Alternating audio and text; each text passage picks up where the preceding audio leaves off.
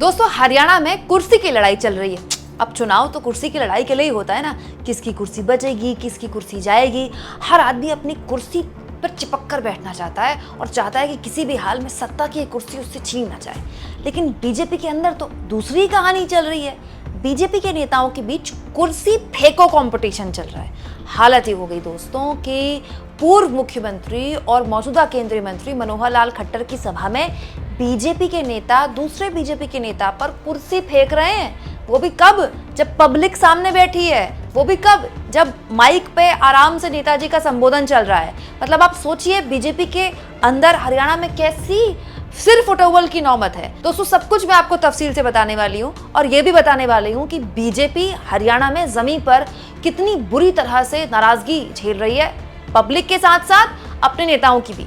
ये जो खबर है दोस्तों, ये ज्यादा पुरानी खबर नहीं है, 24 घंटे पहले की खबर है, जिसमें साफ तौर पर दिख रहा है कि बीजेपी के कार्यक्रम में बीजेपी के कार्यकर्ता एक दूसरे पर कुर्सी फेंक रहे हैं और कुर्सी फेंककर तमतमाते हुए वहां से निकल रहे हैं। हुआ ये दोस्तों कि बीजेपी के पार्षद और एससी मोर्चा के झज्जर जिला अध्यक्ष ने कार्यक्रम में काफी कंट्रोवर्सी पैदा कर दी जब बीजेपी के एक नेता पर उन्होंने कुर्सी फेंक दी। अब कुर्सी क्यों फेंकी गई, सब कुछ मैं आपको तफसील से बताने वाली हूँ।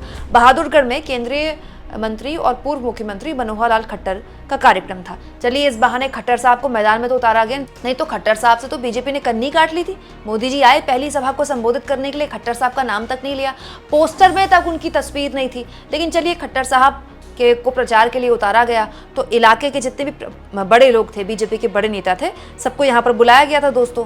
यहाँ पर बीजेपी के पूर्व विधायक नरेश कौशिक थे, प्रत्याशी दिनेश कौशिक थे जो इस बार उम्मीदवार हैं बीजेपी के, और जिला अध्यक्ष राजपाल जागड़ा के अलावा भी कई बीजेपी के कार्यकर्ता मौजूद थे, बीजेपी के बड़े नेता मौजूद थे।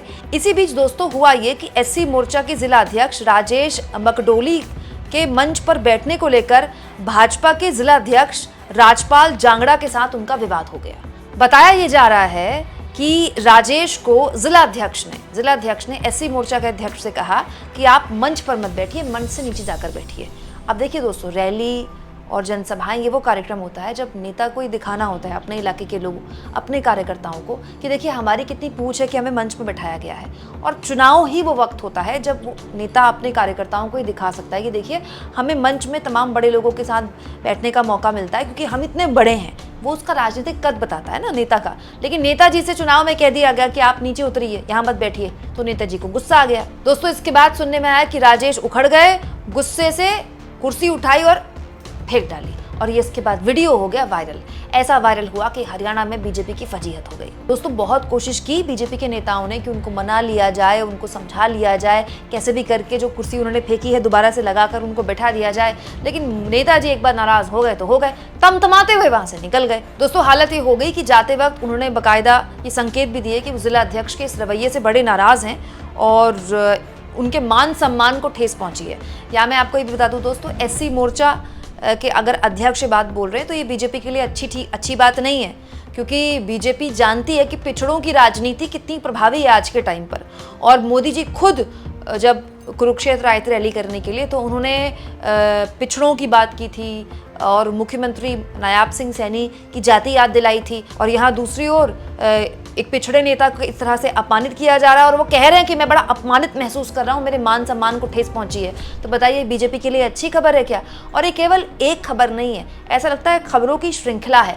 हर रोज दोस्तों मैं अलग अलग तस्वीरें आपके सामने रखती हूँ जहाँ पर बीजेपी के नेताओं को या तो पब्लिक दौड़ा रही है या फिर बीजेपी के नेताओं से पब्लिक सवाल पूछ रही है या फिर बीजेपी के नेताओं को विरोध का सामना करना पड़ रहा है। दिलचस्प ये है दोस्तों कि ये विरोध केवल बीजेपी के नेताओं का ही हो रहा है। जितनी भी वीडियोस वायरल हो रही हैं हरियाणा से, सब बीजेपी नेताओं की होती है। कांग्रेस पार्टी के किसी नेता का इतना विरोध नहीं हो रहा है। हाँ, दुष्यंत चौटाला की पार्टी का भी विरोध हो रहा है। विरोध इसी बात को लेकर है कि भाई आपको वोट मोदी विरोध का मिला था, बीजेपी के विरोध का मिला था और आप जाके उन्हीं की गोद में बैठ गए। 4.5 साल डिप्टी सीएम रहे और बड़ी ऐसी सरकार का हिस्सा रहे। तो दुष्यंत चौटाला को भी इसी तरह के विरोध का सामना करना पड़ रहा है जिस तरह से बीजेपी के लोगों का विरोध हो रहा है। लेकिन जो भी कहो दोस्तों, ये बीजेपी के लिए अच्छा संकेत बिल्कुल भी नहीं है। मतलब अब चुनाव के कुछ ही दिन बाकी हैं और जो इस वक्त प्रचार का काम है वो जोरों पर है और इस तरह का जो सिर फुटौल है ये ठीक नहीं है। वहीं दूसरी ओर देखिए, मोदी जी कुरुक्षेत्र आए थे रैली करने के लिए तो उन्होंने कांग्रेस की गुटबाजी पर कटाक्ष किया था। सुनिए।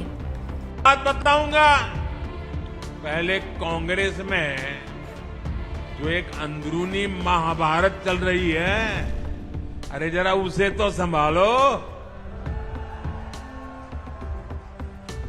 जिस तरह यहां एक परिवार को आगे बढ़ाकर कांग्रेस राजनीति कर रही है, वो पूरा दलित समाज देख रहा है। साथियों, भाजपा की सरकार पूरी ईमानदारी से हरियाणा के विकास में जुटी हुई है, जबकि कांग्रेस की सरकार के दौरान यहां भ्रष्टाचार ही संस्कार बन गए थे। इसका बहुत बड़ा नुकसान हरियाणा के नौजवानों को हुआ।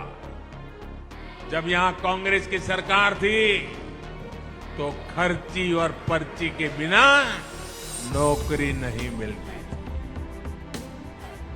भाजपा सरकार ने खर्ची पर्ची के इस खेल को बंद कर दिया। इसकी प्रशंसा आज पूरे देश में हो रही है। भाजपा सरकार ने पूरी पारदर्शिता से यहां करीब 1.5 लाख सरकारी नौकरियां दी है। अब मोदी जी को कांग्रेस की गुटबाजी तो दिखती है, जो कि है भी। सब जानते हैं हरियाणा में कांग्रेस में कई गुट हैं और वो गुट भी काफी बड़े बड़े हैं। एक गुट है भूपेंद्र सिंह हुड्डा का गुट, एक गुट है कुमारी शैलजा और रणदीप सुरजेवाला का गुट। इसके अलावा एक छोटा सा गुट है जिसमें पार्टी आला कमान की भी चलती है, राहुल गांधी के लोग भी हैं उसमें। तो कहा जाता है कि हरियाणा में कांग्रेस के अंदर बड़ी गुटबाजी है, लेकिन ये गुटबाजी तो हमको दिख रही है। इस गुटबाजी का क्या किया जाए जो बीजेपी के अंदर है? दोस्तों, मुख्यमंत्री कौन होगा, इसको लेकर भयंकर मार मची हुई है हरियाणा में। हरियाणा में अमित शाह आए, उन्होंने नायाब सिंह सैनी को एक तरह से चेहरा बना दिया कि हरियाणा में तो हम नायाब सिंह सैनी, जो कि मौजूदा मुख्यमंत्री हैं, उनके चेहरे पर चुनाव लड़ेंगे। मोदी जी आए, उन्होंने नायाब सिंह सैनी को बड़ों से भी बड़ा बता दिया। मतलब उन्होंने तो मनोहर लाल खट्टर से, जो 9.5 साल जिन्होंने सरकार चलाई हरियाणा में, उनसे भी बड़ा बता दिया। इसके बाद ये कहा गया कि भाई नायाब सिंह सैनी सीएम कैंडिडेट, एक तरह से बीजेपी उन्हें प्रोजेक्ट कर रही है। वहीं दूसरी ओर बीजेपी के ही नेता हैं, 6 बार के विधायक और 7वीं बार विधायकी का चुनाव लड़ रहे अनिल विज खुलेआम कह रहे हैं, खुलेआम, कि मैंने आज तक पार्टी से कुछ नहीं मांगा, मैं चाहता हूं कि मुझे सीएम बनाया जाए, मैं हरियाणा की तकदीर और तस्वीर बदल दूंगा। हालांकि ये वही अनिल विज हैं जिनको भी विरोध का सामना करना पड़ा था, वो तस्वीर मैंने आपको दिखाई थी, लेकिन वो खुलेआम कह रहे हैं। सोचिए ना, एक तरफ से पार्टी आलाकमान कह रहा है कि ये सीएम होंगे, लेकिन अनिल विज कह रहे हैं कि मैं सीएम, मुझे सीएम कैंडिडेट बनाओ। वहीं दूसरी ओर राव इंद्रजीत, दोस्तों राव इंद्रजीत इस बात को लेकर नाराज हैं कि जब पिछड़ों की बात हो ही रही है तो वो भी पिछड़ों के नेता हैं, अहिरवाल बेल्ट के बड़े नेता माने जाते हैं और कहा जाता है राव इंद्रजीत कम से कम 15 से 20 सीटों को प्रभावित करने की क्षमता रखते हैं। राव इंद्रजीत जो कि कांग्रेसी थे, 2014 के बाद उनका हृदय परिवर्तन हुआ, बीजेपी में शामिल हुए, लेकिन हाल के सालों से काफी नाराज हैं। तब से राव इंद्रजीत नाराज हैं कि उनको एक पूरा कैबिनेट मंत्रालय नहीं मिला, वो कैबिनेट मंत्रालय डिजर्व करते हैं। फिर उनको ये उम्मीद थी कि उनको सीएम बना दिया जाएगा। अब तो राव इंद्रजीत भी खुलेआम खुद के सीएम कैंडिडेट होने का दावा करते हैं कि सब सीएम बन रहे हैं तो मुझ में क्या बुराई है, मैं भी सीएम बनने को तैयार हूं।